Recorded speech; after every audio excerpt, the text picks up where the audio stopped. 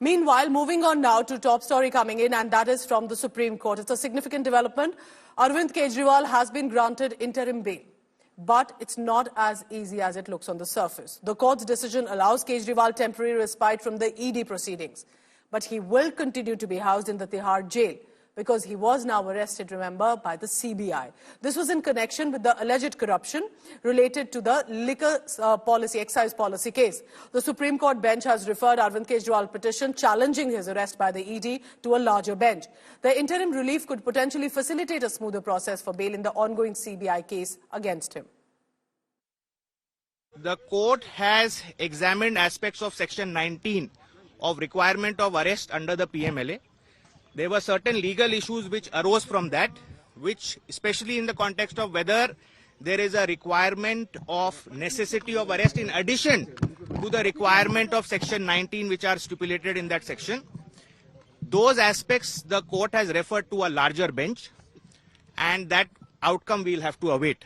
However, in the interim, the court has observed that Mr. Kejriwal has already undergone substantial amount of incarceration and therefore directed his immediate release in the Enforcement Directorate case. He's also been arrested by CBI in a separate, although connected case, but that's technically a separate case.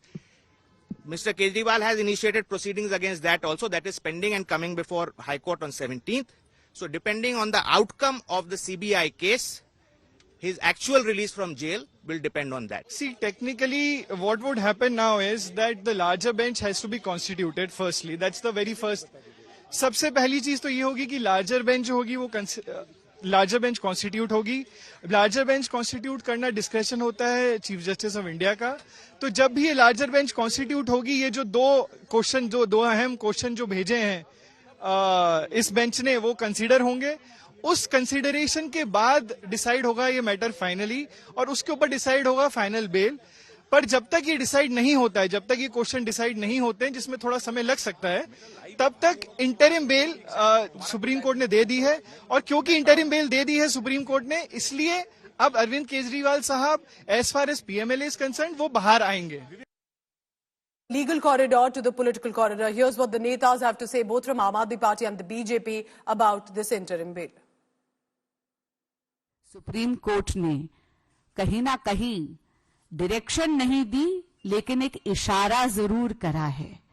Supreme court ने ये इशारा करा है कि जब भी कोई भी कॉन्स्टिट्यूशनल फंक्शनरी इस प्रकार के अपराध में लिप्त होता है तो उसको अपने पद से इस्तीफा देना चाहिए. लेकिन माननीय मुख्यमंत्री अरविंद केजरीवाल जी इन्वेस्टिगेटिंग एजेंसीज को गुमराह कर रहे हैं, अपने साथियों को भी लिप्त कर रहे हैं. कभी सौरभ भारद्वाज जी का नाम लेते हैं, कभी आतिशी जी का नाम लेते हैं, कभी दुर्गेश पाठक जी का नाम लेते हैं, पर सत्ता के मुंह में इतने मदमस्त हैं कि सीएम की कुर्सी को छोड़ने के लिए वो तैयार नहीं है. किसी एक केस में अंतरिम जमानत मिलने का मतलब ये नहीं है कि वो अपराध मुक्त हो गए. केजरीवाल के जो नए सहयोगी हैं लालू यादव, उनको भी अंतरिम बेल मिली थी, लेकिन बाद में कन्विक्टेड हुए, जेल में जाना पड़ा. शराब नीति में जो घोटाला, जो चोरी आम आदमी पार्टी ने की है, अरविंद केजरीवाल ने की है, उसमें वो दोषी हैं. उन्होंने चोरी की है, लगातार उसका साक्ष्य जांच एजेंसी न्यायालय के सामने रख रही है और उस पर निर्णय अभी बाकी है. इसलिए मुझे लगता है कि एक बार पूरा निर्णय आ जाए. इनके घोटालों की परत दर परत खुल रही है, इनके कई सारे नेता उस घोटाले में शामिल है, वो सबके सामने आएगा. विजेंद्र जी, बेल मिल गई है दिल्ली सीएम को, जिनके खिलाफ आप प्रदर्शन कर रहे हैं. देखिए, भ्रष्टाचार का संगीन मामला है. अगर आम आदमी पार्टी बेल मिलने को जो है अपनी पीठ थपथपाती है, तो इसका मतलब है आकंठ डूबी हुई, भ्रष्टाचार में डूबी हुई पार्टी किस तरह लोगों को ठगने की कोशिश कर रही है. पहले तो इस बात का जवाब दो कि शराब नीति वापस क्यों ली थी. भारी भ्रष्टाचार जब पकड़ा गया, सारी चीजें सामने आ गई हैं और 1.5 साल से ज्यादा हो गया डिप्टी चीफ मिनिस्टर को बेल नहीं मिल रही है. सत्येंद्र जैन को 2 साल से बेल नहीं मिल रही है. इसका मतलब घपला तो बड़ा हुआ है. अब बेल पर तो पहले भी बाहर आए थे. भ्रष्टाचारी बेल पर आते जाते रहते हैं, लेकिन मामला तो संगीन है और एक मामला तो है नहीं. मामले तो भ्रष्टाचार के कई सारे हैं, हर चीज में भ्रष्टाचार किया है. बेल मिली है, वो मुकदमा खारिज नहीं हुआ, उनके खिलाफ मुकदमा चलेगा.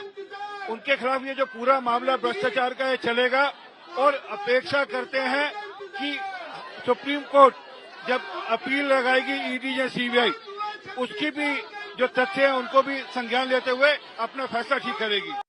उनको पता था कि राउज एवेन्यू कोर्ट से जमानत मिल गई है, उनको पता था कि सुप्रीम कोर्ट से भी जमानत मिल जाएगी, इसीलिए उन्होंने एक और षड्यंत्र रचा और सुप्रीम कोर्ट में जिस दिन अरविंद केजरीवाल जी की जमानत का केस आना था, उससे पिछले दिन अपने एक और राजनीतिक हथियार सीबीआई से अरविंद केजरीवाल जी को गिरफ्तार करवा लिया।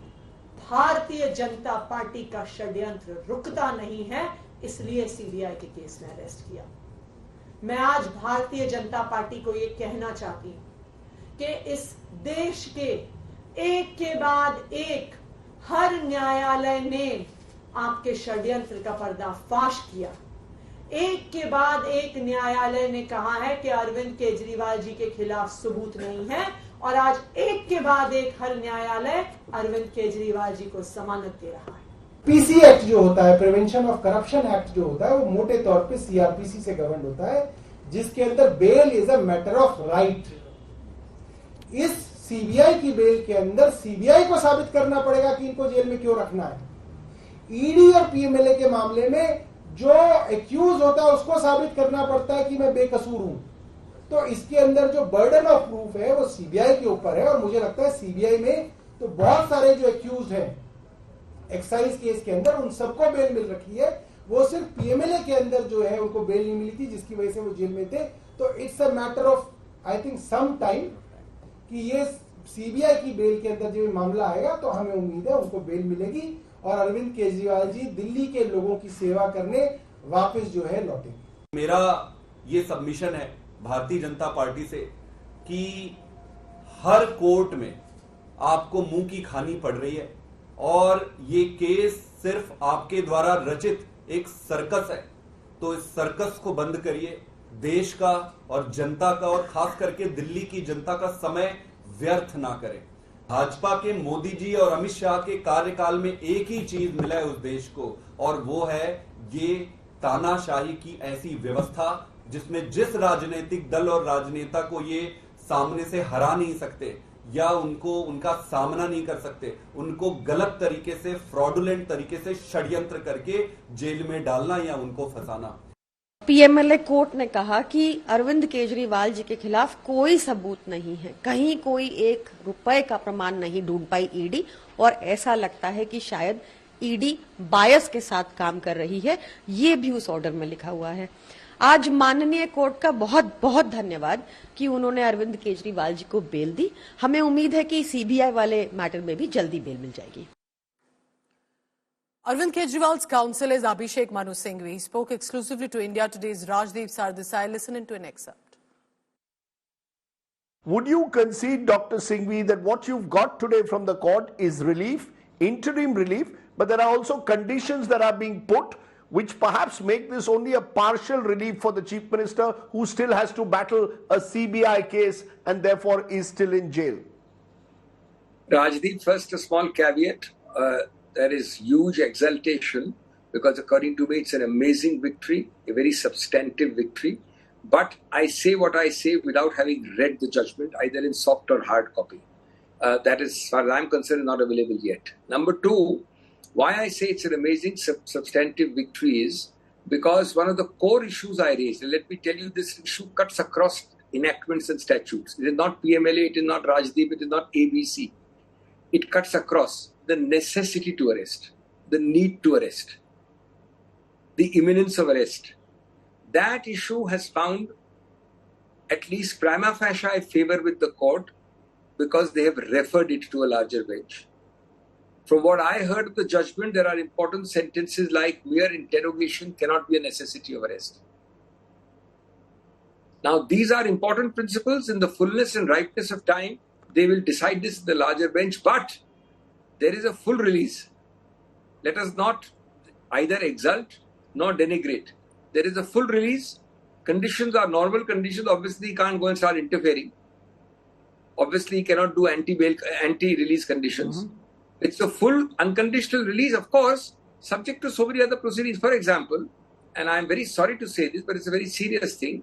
more than a month ago when he was arrested suddenly by the CBI, I tweeted, I said, this seems to be an insurance arrest. These are my words. This prophecy seems to have come true. We battled all the way up to the Supreme Court and won a fantastic victory. But you have an insurance arrest, the poor man is still in jail. And let me tell you, Rajdeep, you arrested him after 1 year. He was interrogated by the CBI in 2023. And after that, the CBI never called him for interrogation even for 1 year. You arrested him in March 24, after the elections. June 24, my apologies, June 24.